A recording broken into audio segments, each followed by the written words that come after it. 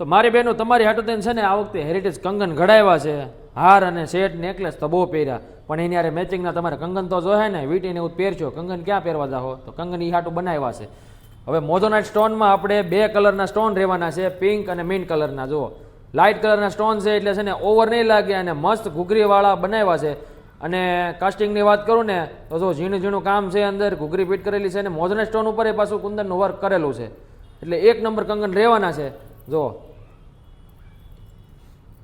અંદર પિંક કલરના સ્ટોનનું કણ જડતરે કરેલું છે અને કંગનમાં તમને સાઇઝ જોતી હશે ને મળી જશે 2.8 સુધીની, કોઈ પણ સાઇઝ મળી જાય. 2.10નો ગાળો જે પહેરતા હોય ને એને 2.8ની સાઇઝ આવી જાય, કારણ કે ખીલીવાળા કંગન રહેવાના છે અને 1 નંબર કામ કરેલું છે.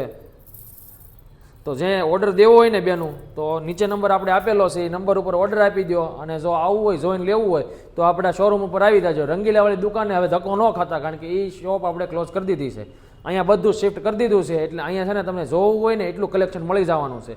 તો શોરૂમની મુલાકાત અચૂકથી લેજો અને ત્યાં ધક્કો ન ખાતા રંગીલા પાર્કમાં.